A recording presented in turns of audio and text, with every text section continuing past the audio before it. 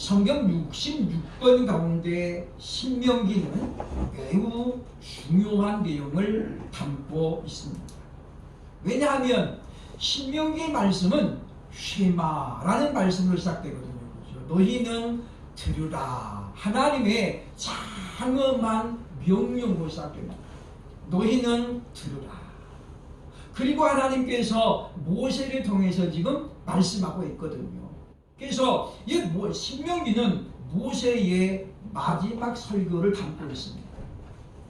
40년 동안 광야에서 이스라엘 백성들을 이끌었던 모세는 마침내 이제 모압 평지에 도달합니다.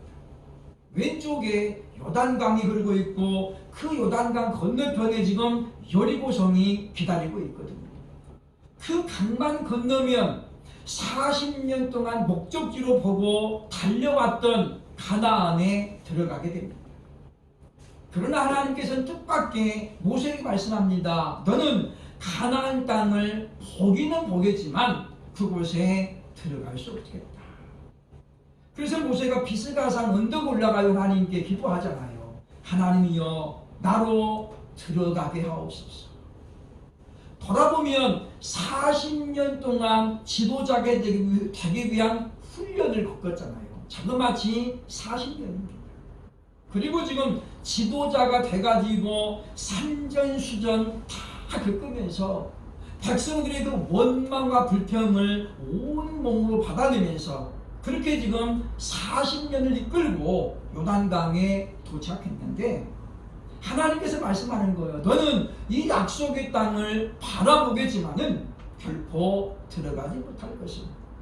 가데스 바네아에 네가 네 성질을 부려서 내 영광을 드러내지 아니하고 그들에게 화를 되었습니다. 라고 말씀합니다.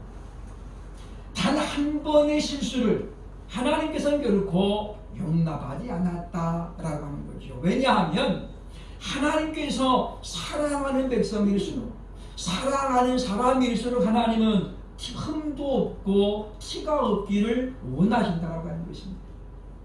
그럼 우리는 그 모세가 그와 같은 상황을 알고 이제 모압 평지에서 마지막으로 백성들에게 하나님의 말씀을 증거하게 되는 그것이 바로 신명기 내용입니다. 출애굽에는 1세대가 있고 2세대가 있거든요. 출애굽기에 보면 1세대는 이미 광야 40년 동안에 전부 죽습니다. 그러니까 출애굽할 때에 20세 이상인 사람들은 40년 동안의 광야에서 다 죽어요. 하나님의 징계거든요. 그리고 이제 광야에서 40년간 태어났던 사람들과 그리고 애굽에서 20세 미만에 남았던 사람들을 중심으로 가나안에 들어가게 되는데 광야에서 태어난 사람들은 율법의 말씀에 대해서 배운 적이 없습니다. 전혀 모르거든요. 그러나 이제 들어갈 가나안 땅에 가서는 반드시 지켜야 될 것들이 있고 해서는 안 될 것들이 있었다고 말이죠. 그래서 하나님께서 모세에게 명하시기를 이 광야에서 출생한 출애굽 2세들에게 또는 10계명을 포함한 율법을 다시 가르치라. 그래서 이제 그들에게 하나님의 율법을 가르치게 되는 것이 바로 신명기의 내용이다라고 하는 것입니다.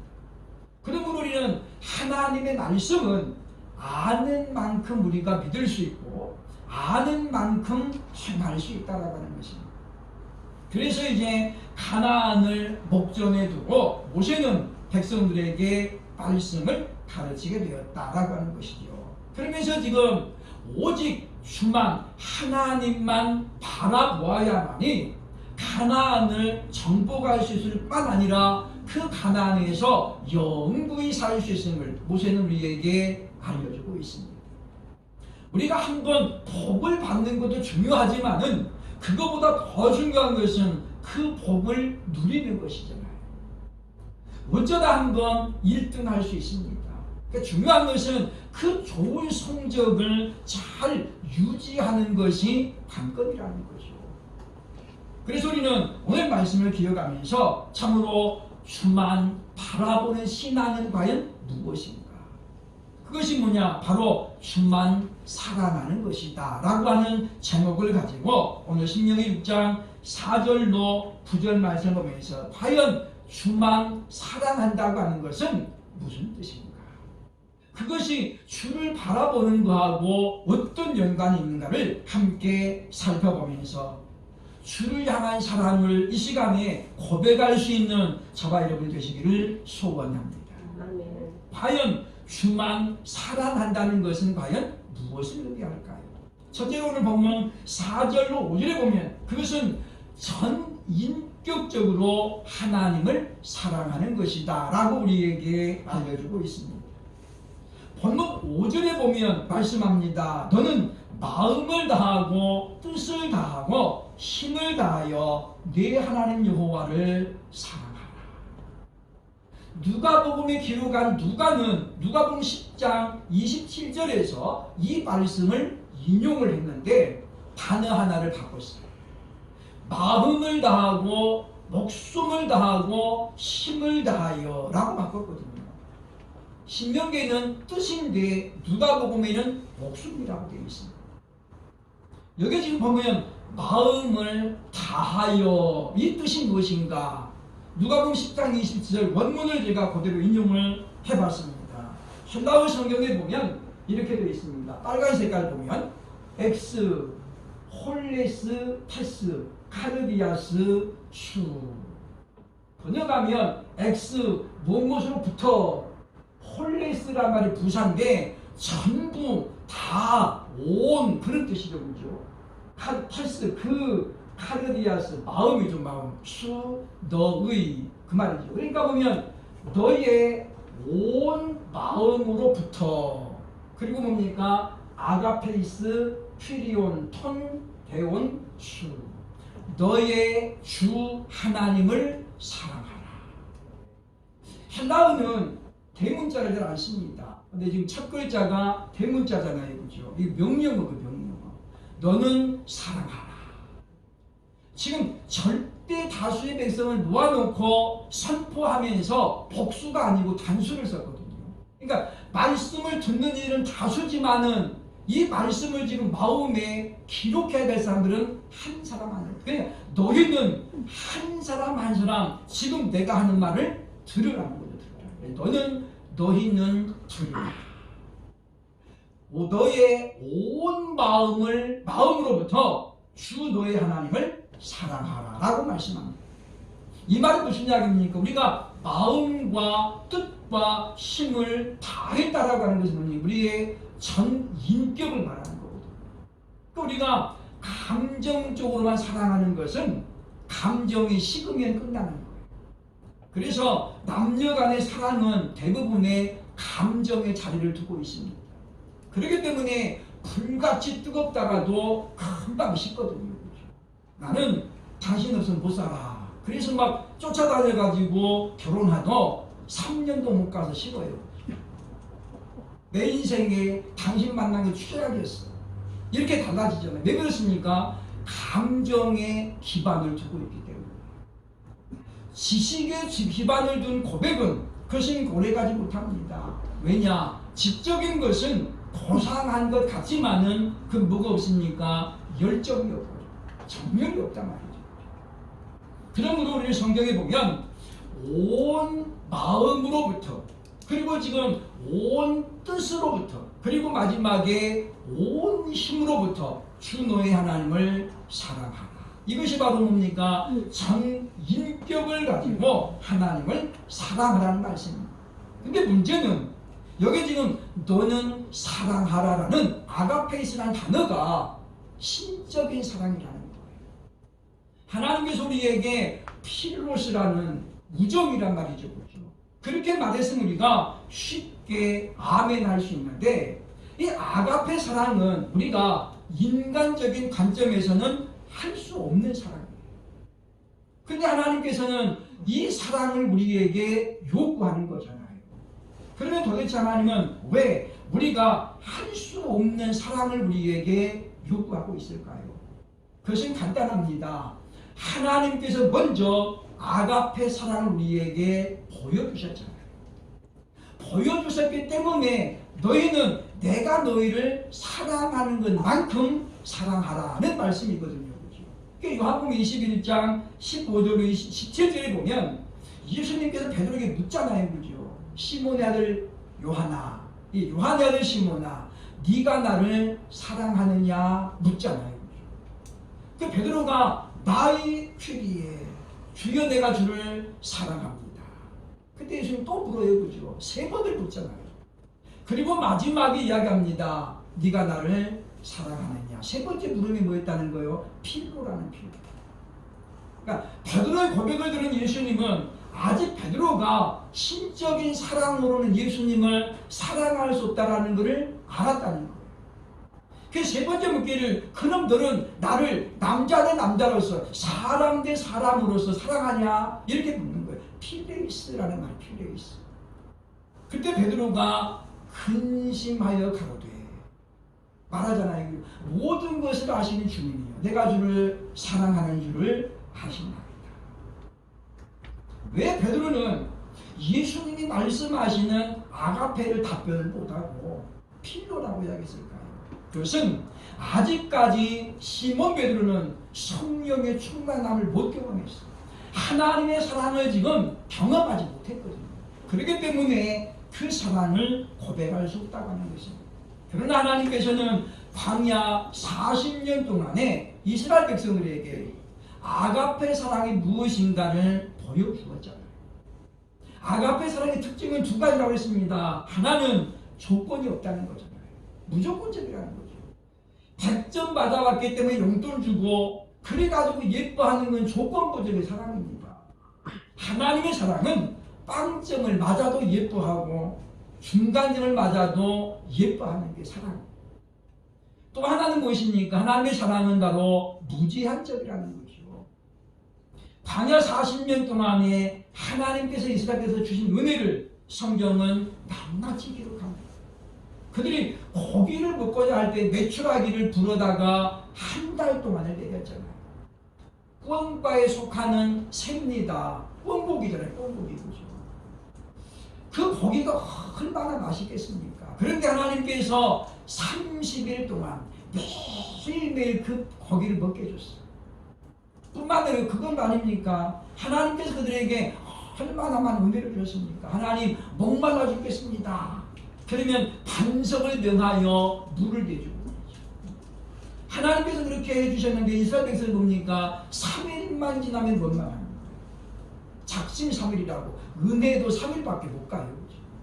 그래서 눈 뜨면 원망하고 눈 뜨면 불평. 그래서 모세가 그러잖아요. 하나님 정말 2, 3일 때 내가 죽겠습니다. 나 좀 살려주십시오. 그러잖아요. 하나님의 사랑은 이스라엘 백성들이 순종할 때도 나타나지만은 불순종할 때도 나타났습니다. 그러므로 우리가 마음을 다하고 뜻을 다하고 힘을 다하여 하나님을 사랑하려면 먼저 하나님의 사랑을 내가 충분히 경험해야 된다는 것이죠. 사랑도 받아본 사람이 한다는 말이 있잖아요. 그래서 오늘날은 자녀들이 식구들이 많은 집안에서 자라나는 사람과 엄마 아빠가 딸랑 3명 자라는 사람과는 다르다고 하는 거예요. 그러므로 사랑 여러분이요, 하나님의 사랑을 충만하게 경험하는 여러분 될 수 있기를 주의 이름으로 축원합니다. 둘째로 주만 사랑한다는 것은 어떤 의미입니까? 6절에 보면 그것은 곧 말씀을 새기는 것이다 라고 하는 것입니다. 오늘 본문에 보면 6절에 보면 오늘 내가 너에게 명한 이 말씀을 너는 마음에 새기라고 말씀하죠. 새기는 게 뭘 새깁니까? 철필로 새기는 거예요. 철필. 보면 예전에 보면 문신하는 분들을 보면 완전히 거기에다가 이제 문신은 집어지는 게 있고 안 집어지는 게 있잖아요. 그죠? 예전에 문신은 안 집어지는 거예요. 그래서 군대를 못 갔어요. 그죠? 그런 것처럼 철필로 마음에 새기라는 겁니다. 주를 사랑하는 사람은 하나님의 말씀을 마음에 저장하는 사람입니다. 그래서 힘들 때나 기쁠 때나 슬플 때는 그 말씀을 떠올려 가지고 그 말씀을 읊조리는 사람이다라고 하는 것입니다. 그러므로 오늘 성경은 바로 뭐라고 하니까 이 말씀을 내 마음에 새기고 라고 말씀하고 있죠. 하나님을 사랑한다는 것은 곧 그분의 말씀을 붙들고 그 말씀을 의지하면서 살아가는 것을 우리에게 가르칩니다. 왜냐하면 그것을 경험했던 사도 바울은 로마서 10장 17절에 보니까 말씀하고 있습니다. 그러므로 믿음은 들음에서 나며 들음은 곧 그리스도의 말씀으로 말미암았느니라. 올바른 믿음은 하나님의 말씀을 토양으로 자라난다고 합니다. 그래서 지금 믿음은 말씀에서 나며 그 말씀을 들음으로 믿음이 어떤다고요? 성장한다고 합니다.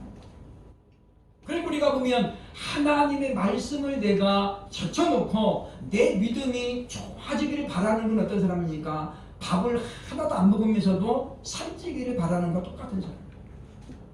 그것은 바로 대단히 지혜롭지 못한 그와 같은 사람이다라고 하는 것입니다. 그러면 우리는 말씀을 사모하고 묵상하는 만큼 우리 믿음이 자라난다는 것을 꼭 기억을 해야 되겠다고 하는 것입니다. 왜 우리 교회 올해 1년 목표가 우리 1인 성경 1도 가자는 것입니까? 성경을 우리가 많이 읽어야만이 하나님을 우리가 알 수 있어요. 성경은 곧 하나님에 대해서 기록하고 있잖아요. 그렇죠? 하나님은 어떤 분이십니까? 그 하나님은 도대체 무슨 일을 하시는 분인가? 이것을 기록하고 있는 것이 성경입니다. 그러므로 우리가 하나님 앞에 날마다 기도하면서 하나님 어떤 분입니까? 저에게 좀 알려주옵소서. 밤낮 기도해도 하나님 뭐라고 그랬습니까? 야, 성경을 좀 봐라. 그 성경이 곧 나에 대해서 말하고 있지 않느냐. 그래서 요한복음 5장 39절에 보면 이 성경이 곧 예수 그리스도에 대해서 증거하고 있다라고 우리에게 알려주고 있잖아요. 그러면 우리가 하나님의 말씀은 성경을 늘 가까이 하면서 올 좋은 믿음은 어떤 믿음인가? 성경이 가르쳐줍니다. 잘못된 믿음은 어떤 것인가? 성경을 보면 나타나고 있다는 거죠. 그러므로 사랑하는 여러분이요, 우리가 오늘 이 말씀을 마음판에 꼭 새기고 말씀을 기억함으로 말미암아 우리가 이 말씀을 힘들 때마다 떠올릴 수 있는, 그래서 그 말씀으로 말미암아 힘이 내게 제공되어지는 것을 경험할 수 있기를 주의 이름으로 축원합니다. 세 번째 보면 주만 사랑한다는 것은 뭘 의미하는가? 7절로 9절에 보면 말씀을 지키는 것이다 라고 말씀합니다. 오늘 본문 이 7절에 보면 말씀합니다. 나의 7절에 보면 가르치고, 7절에 보면 내 자녀에게 부지런히 가르치며, 그 다음에 뭡니까? 강론할 것이며, 8절에 보면 손목에 매여 기호를 삼으며, 그리고 미간에 붙여 표로 삼고, 9절에 보면 기록하라 라고 말씀하죠. 입춘이 지나면서 나이 드신 분들 대문에 보면 입춘대길 이렇게 딱 써가지고 그죠? 붙여놨잖아요. 그죠? 오늘 본문에 보면 지금 뭡니까? 문설주와 바깥문에 기록할지니라. 이건 뭐냐면 우리 대문에다가 성경 말씀을 써놓으라는 거예요. 근데 이것이 보면 문자적으로는 그런 뜻이지만은 의미는 무엇입니까? 우리 집이 예수 믿는 집이라는 걸 뭐 하라는 거예요? 드러내라는 거예요. 자녀에게 가르치라. 가르치려면 먼저 뭐 해야 돼요? 먼저 내가 솔선수범해야 되거든. 솔선수범하지 않으면 배우는 사람이 제대로 배울 수가 없습니다. 나는 바람풍 하면서 너는 바람풍 해라. 안 된다는 거죠. 따라해봐. 바람풍. 그러면 어떻게 똑같이 바람풍 하는 거예요. 내가 바람풍 하고 따라할 때에 바람풍이 되는 것처럼 우리가 하나님의 말씀대로 내가 살려고 애를 쓰면서 우리 자녀들에게 가르쳐야만이 자녀들이 모델을 보잖아요. 모델은 누굽니까? 가르치는 사람입니다. 그래서 가정의 부모는 자녀들의 거울입니다. 모델이거든요, 모델. 그래서 보면 어렸을 때의 아이들은 아버지를 슈퍼맨을 생각합니다. 우리 엄마는 원더우먼이야. 아무리 해도 안 되는 거 아빠한테 하면 다 해주더라. 아빠가 슈퍼맨인 줄 알아요. 그런 아이들이 이제 자라면서 중학생 되고 고등학생 되면서 우리 아빠는 그냥 사람이네. 이렇게 이제 내려온다는 것이잖아요. 우리는 정말 우리가 슈퍼맨이기 때문에 그런 게 아니잖아요. 그죠? 오늘날 많은 사람들이 어려움을 토로하고 있습니다. 정말 내 자녀들이 나보다 더 좋은 믿음을 가지고 살아갈 수 있을까? 지금 이 세상은 적어도 우리 부모들 세대보다는 훨씬 더 악한 세상입니다. 뿐만 아니라 오늘날은 훨씬 더 공격적이잖아요. 정글과도 같습니다. 먹고 먹히는 그와 같은 경쟁이 날마다 일어나거든요. 옛날에 서울 가면 눈 뜨고 고백한다 그랬는데 오늘날은 어떻습니까? 열심히 충성했는데도 불구하고 회사에서 이제 그만 나가시오. 하루아침에 정리가 됩니다. 내 인생을, 내 청춘을 다했는데도 불구하고 돌아오는 것은 그런 거라는 거죠. 왜냐하면 무한 경쟁의 시대이기 때문입니다. 그럼 우리는 이러한 때에 정말 우리가 우리 자녀들에게 무엇을 물려줄 것인가? 좋은 차 물려주고 넓은 집 물려주는 것 물론 좋습니다. 그것도 필요하지요.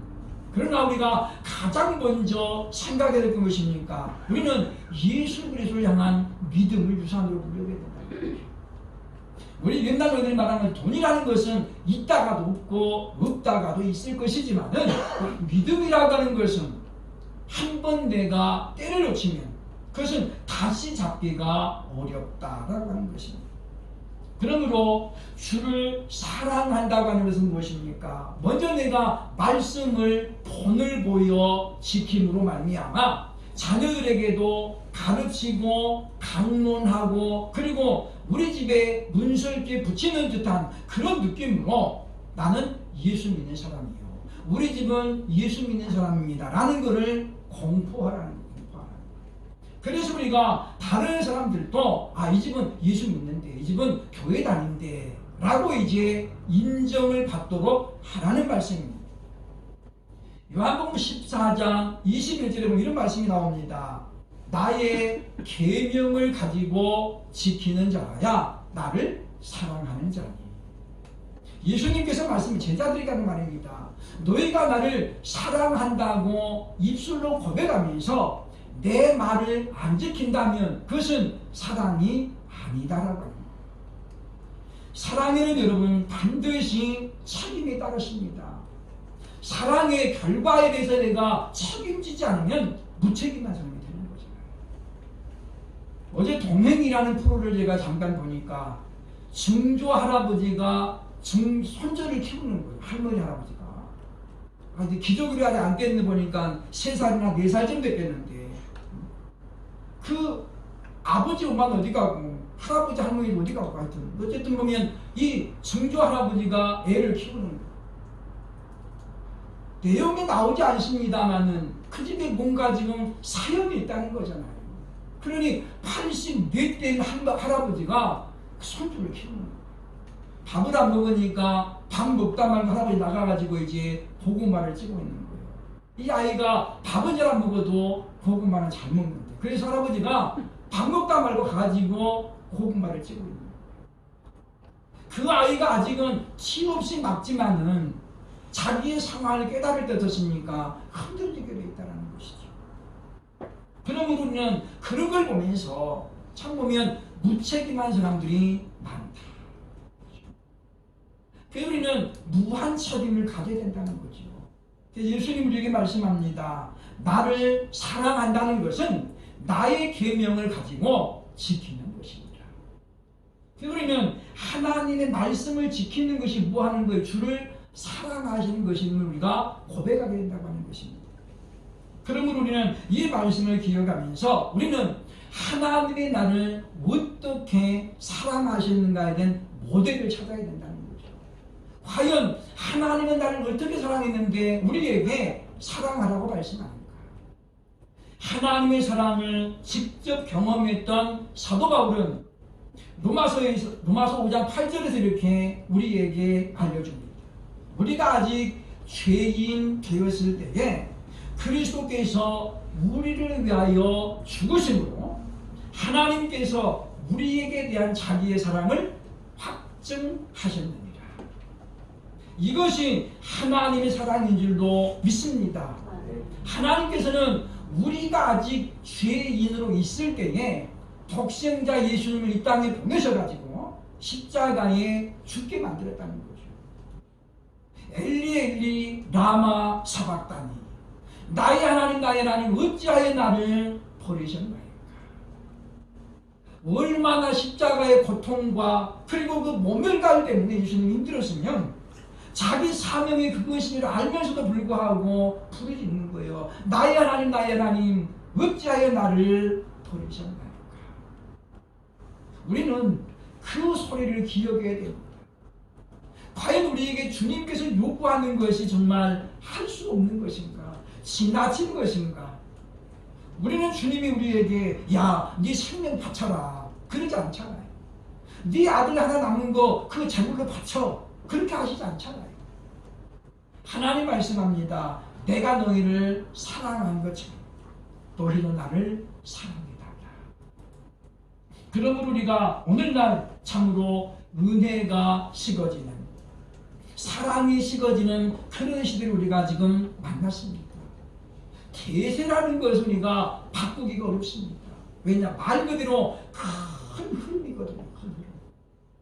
우리 지금 교회가 세속화되어 가는 것도 하나의 대세입니다. 바꾸기가 어렵습니다. 그러나 우리가 몸부림을 쳐야 된다는 거죠. 교회의 가장 큰 특징이 무엇입니까? 거룩성이잖아요. 거룩성. 교회가 거룩함을 잊어버리면 그건 교회가 아니에요. 그렇죠? 하나의 침묵단체에 불과합니다. 오늘날 교회가 거세게 지금 세속의 바람이 들어오고 있습니다.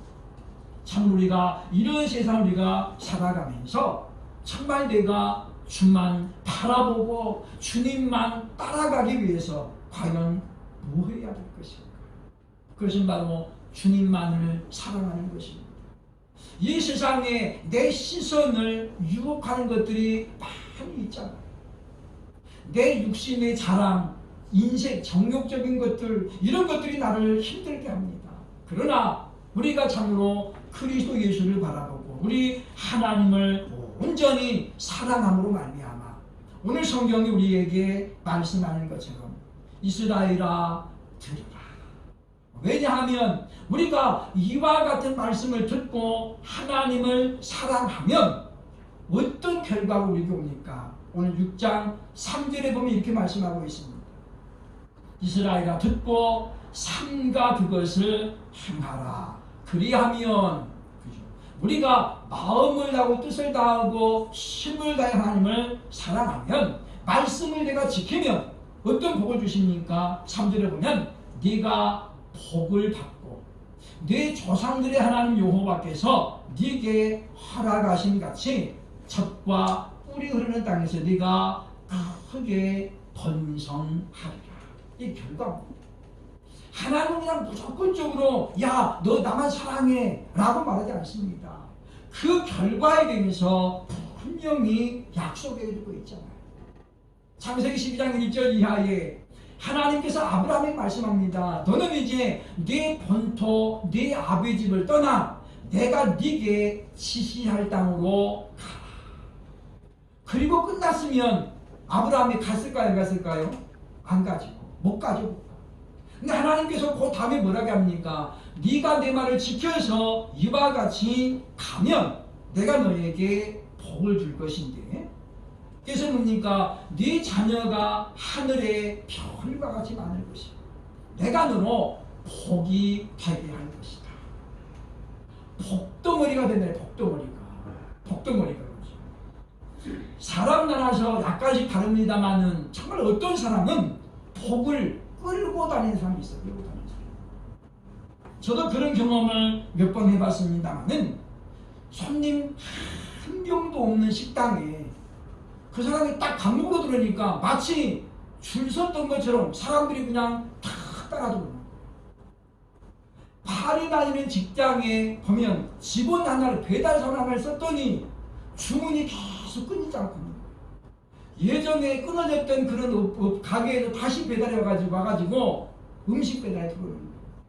그래서 사장이 원래 계약하기는 얼마 주기로 했는데 이서 가만히 보니까 이 사람 때문에 장사가 너무 잘 되는 거예요. 그래서 뭐예요? 월급을 더 올려주는 그런 일들도 봤습니다. 하나님께서 함께하는 사람은 이와 같이 복덩어리가 되는 거예요. 야곱의 12아들 가운데 11번째 요셉이 형의 미움을 받아가지고 팔려가잖아요. 그런데 이 보디발의 집에 팔려갔는데, 노예로 팔려갔는데, 이 보디발의 집에 요셉이 오면서부터 이상하게 보디발 집이 다 잘 풀리는 거예요. 뭐든지 잘 되는 거예요. 이 보디발이 대단히 영적으로 예민한 사람 같아요. 그죠? 가만히 보니까 이게 도대체 뭐 때문이냐? 분석을 해보니까 누구 때문이에요? 요셉 때문이에요. 요셉이 들어온 다음부터 집안의 모든 것이 다 잘 되는 거예요. 그래서 보디발아 말합니다. 내가 여호와께서 너와 함께 하심을 보았느니라. 그러므로 사랑하는 여러분이에요. 그 비결이 무엇입니까? 오늘 성경은 말합니다. 우리가 하나님의 말씀을 삼가 듣고 그것을 행하면 우리들도 복덩어리가 될 수 있다고 가르칩니다. 그러므로 우리가 오늘 말씀을 왜 기억해야 되느냐? 나 때문에 집안이든 어떤 단체 간에 잘 되어야지. 반대가 되면 안 되잖아요. 너 때문에 우리 집에 개가 끊게 생겼다. 너 때문에 우리 집이 안 됐다. 옛날에는 여자들에게 참 그런 말들이 많이 따라다녔잖아요. 자식 못나면 다 여자 때문이라고 생각했습니다. 사실이 아님에도 불구하고 그랬던 시절이 우리 역사에 있었다고 하는 거예요. 그러나 우리 보면 잘 되던데도 누구 때문에 안 되는 경우도 있더라 그 말이에요. 누구 때문에 잘 되는 경우도 있지만은 반대의 경우도 있습니다. 성경 잠언에 보니까 우리가 사람들을 가까이 하되 결코 가까이에서는 안 될 사람을 딱 지명해서 이야기하는데 미련한 자와는 함께하지 말라. 미련한 자는 함께하지 말라. 그런 사람에게는 심부름을 시키지 말라. 그런 사람 뭡니까? 마치 지나가다가 개의 귀를 붙잡는 것과 똑같다라고 합니다. 여러분 지나가다가 개 귀 잡으면 어떻게 되는지 아세요? 당장 물립니다. 물려요. 아 우리 집 개는 안 물어요. 그 자기한테는 해당되는 말이지 그 남한테는 안 그래요. 미련한 자는 그렇다는 거죠. 왜냐? 미련한 자는 고집이 어마어마하게 세다는 거예요. 그래서 미련한 자와는 함께하지 말라고 잠언에는 우리에게 알려주고 있다고 하는 것입니다. 참으로 주를 바라보고 주님을 사랑하는 것은 결코 쉽지 않습니다. 그것은 좁은 길을 가는 것과 똑같습니다. 그러나 예수님 말씀합니다. 많은 사람이 넓은 길로 갈지라도 그 길은 결국 사망으로 가는 길이다. 좁은 길은 생명으로 가는 유일한 길임을 우리가 믿으면서 2월 시작하는 오늘의 참으로 우리가 주만을 온전히 바라보는 것은 주님을 사랑하는 것이다 라는 걸 우리 마음속에 새기고 참으로 우리가 온 마음으로부터 주를 사랑할 수 있는 그래서 약속하신 복을 누릴 수 있는 저와 여러분 되시기를 주의 이름으로 축원합니다.